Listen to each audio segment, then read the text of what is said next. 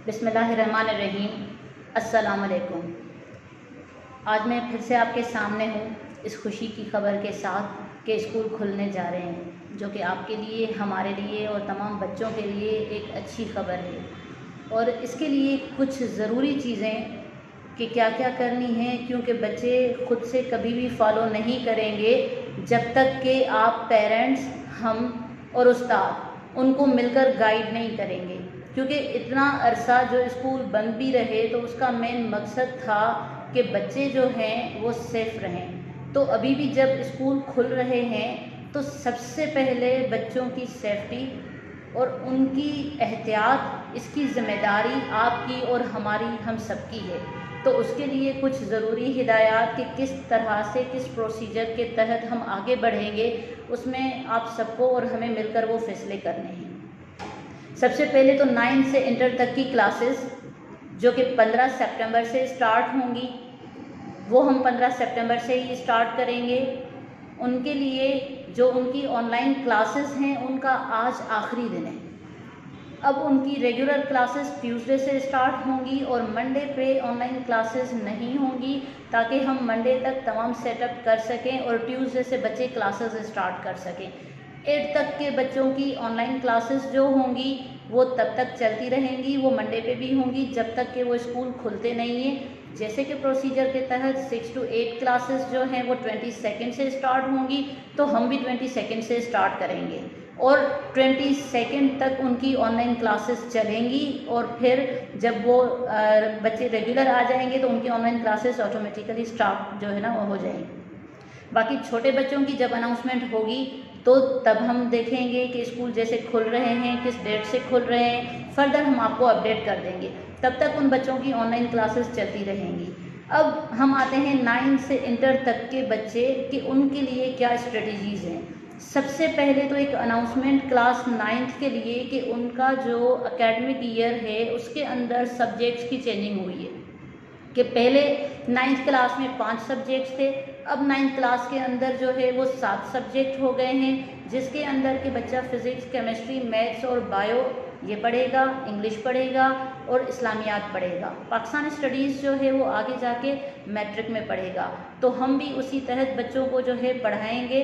हमें बच्चों को गाइडलाइन भी देनी है, इन तमाम चीज़ों के बारे में बताना भी है और ये तमाम चीज़ें ऑनलाइन क्लासेस के अंदर भी हम बता चुके हैं और क्लासेस भी हम चला चुके हैं। अब फर्दर जैसे उनका सिलेबस है वो हमें मिल जाता है तो वही हम जैसे क्लासेस स्टार्ट होंगी तो बच्चों को फर्दर गाइड कर देंगे। अब मैं आती हूँ SOPs के तहत कि क्या SOPs फॉलो करनी है। तमाम आपको पता है सिंध गवर्नमेंट ने भी वो SOPs जो है सबके लिए बता दी हैं कि क्या हैं, लेकिन मैं फिर से भी कुछ चीज़ें रिपीट करना चाहूँगी कि बच्चों को हमें बाउंड करना है। देखिए, ना आप चाहेंगे ना हम चाहेंगे कि जो है दोबारा स्कूल्स बंद हों। वो इसलिए क्योंकि पहले ही बच्चों का एकेडमिक ईयर डिस्टर्ब हो चुका है, तो हम नहीं चाहते कि फ़र्दर ऐसी कोई भी चीज़ हो। और दूसरा, हमेशा कायदे और कानून जो हैं वो इसीलिए होते हैं ताकि जो है उसमें हमारा ही फ़ायदा हो सके और हम जो है आगे बढ़ सकें। बिल्कुल ऐसे ही अगर हम फॉलो नहीं करेंगे तो बच्चे भी नहीं करेंगे।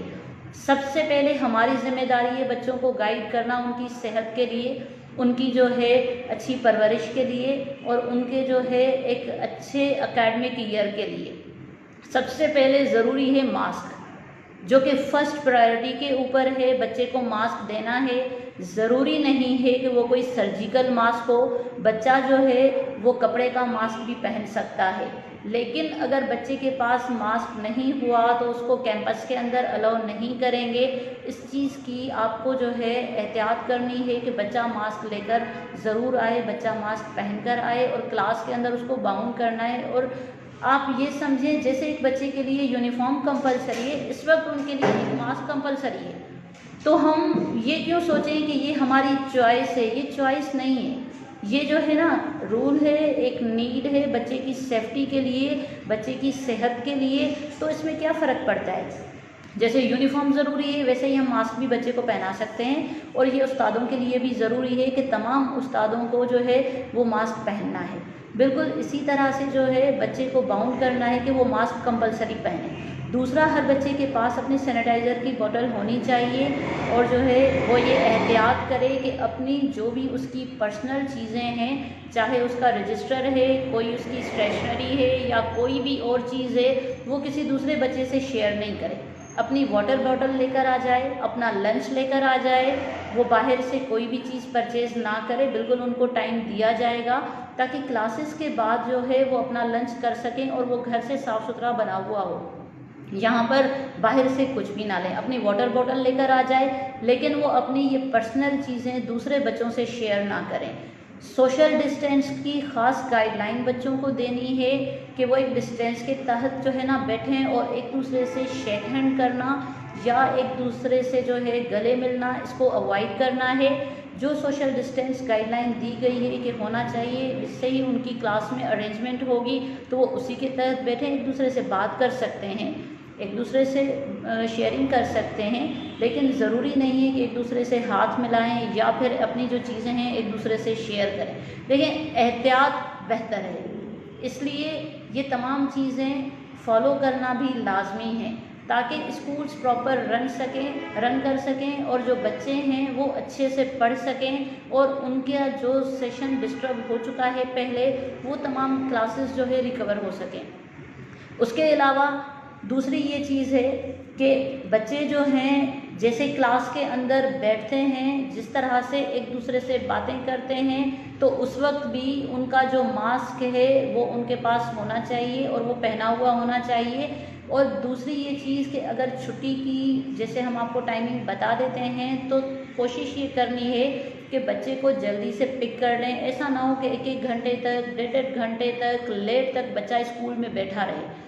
इसलिए क्योंकि जब वो बैठा रहेगा तो वो टाइम पीरियड उसके लिए बड़ा हेक्टिक होगा।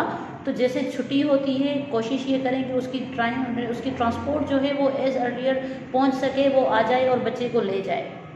एक और चीज़ जो कि बहुत इम्पॉर्टेंट है वो ये कि ट्रांसपोर्ट का ख्याल आपको करना है कि बच्चा किसके साथ आ रहा है, और जिस ड्राइवर के साथ, ऑटो के साथ वो आ रहा है, क्या वो बंदा जो है बच्चे के लिए बिल्कुल सही है, उसकी लैंग्वेज कैसी है, क्या वो बंदा जो है आप रिलायबल उसको समझते हैं और उसको इंस्ट्रक्शंस दे रहे हैं। क्योंकि देखिए, बच्चे की जिम्मेदारी हर किसी की है, और रिक्शे वाले भी बहुत जो है जो स्कूल्स की शिफ्ट्स उठाते हैं उसमें मैनर्स वाले भी होते हैं, और जो है ना उनकी लैंग्वेज भी प्रॉपर होती है। तो ऐसे ट्रांसपोर्ट वाले की आप सिलेक्शन करें जिसको पता हो कि बच्चे के सामने मुझे बात किस तरह से करनी है और किन किन चीज़ों का ख्याल करना है। क्यों कि बच्चा दूसरों से सीख रहा होता है। बहुत मर्तबा अगर कोई रिक्शे वाला ऐसा होता है जो रफ़ लैंग्वेज यूज़ कर रहा होता है या जो है गालियाँ दे रहा होता है, तो बच्चा भी उसी से सीखता है।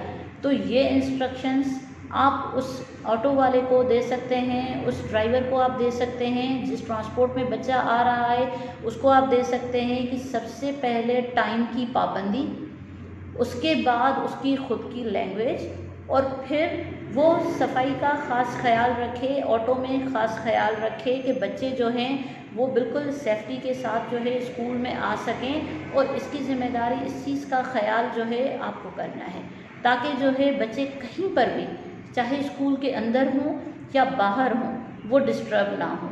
इसलिए जो है ये तमाम चीज़ें ज़रूरी हैं जो कि प्रीवियस हैं। एक और चीज़ कि हमारी जैसे ऑनलाइन क्लासेस चल चुकी हैं, उसमें बहुत सारे बच्चों ने बहुत अच्छे से क्लासेस अटेंड भी की हैं। कुछ बच्चे ऐसे भी हैं जिन्होंने अगर क्लासेस नहीं अटेंड की हैं तो रिकॉर्डेड लेक्चर्स अवेलेबल हैं, वो उन रिकॉर्डेड लेक्चर्स को एक बार रिव्यू कर लें। क्योंकि 1.5-2 महीने जब क्लासेस चली हैं और टीचर्स ने कोर्स चलाया है तो वो लेक्चर्स अवेलेबल हैं, एक बार उनकी रिवीजन कर लें ताकि क्लास खुलने से पहले उनको पता हो कि क्या काम हो चुका है। अगर उसके अंदर कोई कन्फ्यूजन हो, जो बात उनको समझ में ना आई हो, तो जो है वो क्लास के अंदर टीचर से उस पर डिस्कस कर सकते हैं, उससे पूछ सकते हैं, और आगे के जो लेक्चर्स होंगे उनको समझना आसान हो जाएगा।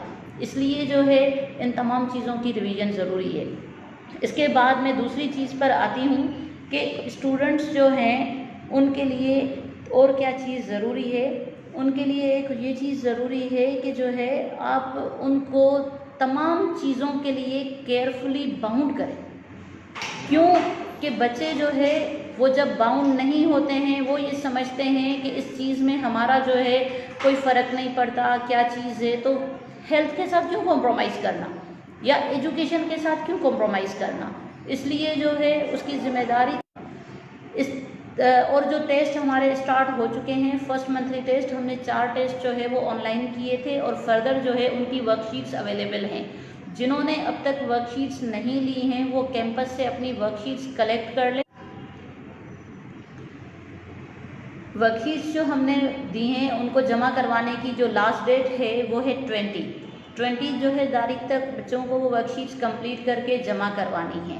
और उसके अलावा जो है वर्कशीट्स और ऑनलाइन क्लासेस के बारे में तो मैंने तमाम चीज़ें आपको जो है वो बता दी हैं कि वर्कशीट्स जो है किस तरह से जमा करवानी है, वो कंप्लीट करनी है, वो भी लेक्चर्स जो है सुनने हैं। और वो 20 जो डेट है वो उसकी लास्ट डेट है, तब तक बच्चे कंप्लीट कर लें और कंप्लीट करके हमें जो है वो जमा करवा दें।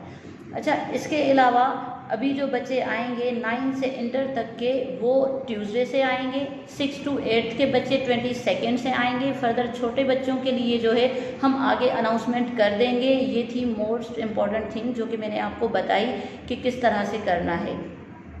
और इसके अलावा जो बच्चों ने, जिन पेरेंट्स ने ऑनलाइन क्लासेस के लिए और तमाम चीज़ों के लिए और हमारे तमाम असातिज़ा ने, हमारी पूरी टीम ने, क्रिएटिव किड्स की टीम ने जिस तरह से इस टाइम पीरियड में ऑनलाइन क्लासेस और बाकी चीज़ों को किया, उसके लिए मैं अप्रिशिएट करना चाहूँगी अपने तमाम जो है ना असातिज़ा को, अपनी पूरी टीम को, क्रिएटिव किड्स की टीम को, कि उन्होंने जो है ऑनलाइन क्लासेस में बच्चों को बहुत अच्छे से जो है गाइड किया और बहुत अच्छे से उनकी क्लासेस ली। और मैं उन पेरेंट्स को भी अप्रिशिएट करना चाहूँगी कि जिन्होंने इस बात के लिए सपोर्ट किया, बच्चों को गाइड किया, प्रॉपर वे में उन्होंने अपने बच्चों को बाउंड किया, तो उनका ये वक्त ज़ाया नहीं हुआ और बहुत अच्छे से उन्होंने क्लासेस अटेम्प्ट की। और जब टेस्ट हो रहा है तो टेस्ट के दौरान उसका रिज़ल्ट जो है बहुत अच्छा फीडबैक सामने आ रहा है कि बच्चे ने जो है वो क्लासेस बहुत अच्छे से की हैं। तो ये क्रेडिट जो है सबको जाता है, आप पेरेंट्स को भी जाता है, उन बच्चों को भी जाता है कि जिन्होंने अच्छे तरीके से क्लासेस अटेंड की, और पूरी टीम को जाता है क्रिएटिव किड्स की कि जिन्होंने उन क्लासेस को बहुत अच्छे से मैनेज किया। इश्यूज़ हर चीज़ में आते हैं, आए होंगे बेशक, लेकिन सबको सॉल्व करके हम सब ने मिलजुल कर कोशिश की और उसका फीडबैक जो है हम सबको मिला। एक और चीज़ कि फ़र्दर जो हमारे एडमिशन हैं वो स्टार्ट हो चुके हैं तमाम क्लासेस में, प्ले ग्रुप से लेकर इंटरमीडिएट तक, जिसमें कि हमने एडमिशन फ़ी के अंदर 50% डिस्काउंट रखा है जो कि वैलिड है टिल 15 सितंबर। 15 सितंबर तक जो भी हम न्यू एडमिशन्स करेंगे उनके लिए जो है 50% डिस्काउंट है इन एडमिशन फ़ी। और इसके अलावा तमाम चीज़ें जो भी आप डिस्कस करना चाहें हम कैंपस में अवेलेबल हैं, और जो हमारी गाइडलाइन होगी या जो भी हमारे डिसीशंस होंगे वो रिटन फॉर्म में भी हम जो है अपलोड करते जाएंगे अपने पोर्टल पे भी, उसके अलावा FB के पेज पे भी। और अगर उसके अलावा भी आप कुछ डिस्कस करना चाहें तो अवेलेबल हैं, जब भी आप चाहें विज़िट कर सकते हैं, जो भी इश्यूज़ हों आप डिस्कस कर सकते हैं, ताकि आगे बच्चों की क्लासेस जो है वो कहीं पर भी डिस्टर्ब ना हो। क्योंकि मोस्ट इम्पॉर्टेंट थिंग्स जो भी होती हैं वो टाइम टू टाइम हम हमेशा गाइडलाइन देते जाते हैं और अनाउंस करते जाते हैं। और उसके अलावा भी अगर पेरेंट्स को कोई कन्फ्यूजन होती है तो हम उनकी कन्फ्यूजन जो है वो दूर करते हैं। और हर चीज़ में फ़र्स्ट टाइम में प्रॉब्लम्स आती हैं, लेकिन जब सीख लिया तो सेकंड डे पे वो चीज़ बहुत अच्छे से होती है। और यही हुआ कि अगर ऑनलाइन टेस्ट में एक दिन बच्चे ने गलत किया या हमने जो ट्रायल टेस्ट लिए थे उसमें बच्चे ने जो गलतियां की तो वो सेकंड टाइम उसने सही कर लिया।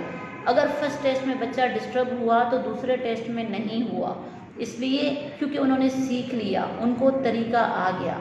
अब फर्दर जब ये तमाम टेस्ट कंप्लीट हो जाएंगे तो इनका रिज़ल्ट भी आपको मिल जाएगा। और उम्मीद करती हूँ कि आगे इंशाल्लाह हमारी कम्युनिकेशन ऐसे ही कंटिन्यू रहेगी, और इस उम्मीद के साथ कि आप पेरेंट्स की ऐसे ही सपोर्ट हमेशा बनी रहेगी। और एक अगेन मैं सबके लिए जो है एप्रिसिएशन के वर्ड्स बोलना चाहूँगी कि जो है ना आप और हमारी टीम और उसके अलावा सब इंसान ज़ात सब जो है हमेशा खुश रहें, सलामत रहे, बीमारियों से बचते रहें। अल्लाह ताला सबकी हिफाजत फरमाए, हम सबको कोरोना से और उसके अलावा तमाम बीमारियों से महफूज रखे और हमेशा अपने हिफ्ज़ व अमान में रखे, ताकि सबके बच्चे, सबके घर वाले, पूरी दुनिया में इंसान ज़ात जो है उसकी ज़िंदगी कभी डिस्टर्ब ना हो और बहुत अच्छे से जो है उनकी एक ज़िंदगी गुजर सके। Thank you. अल्लाह हाफ़िज़।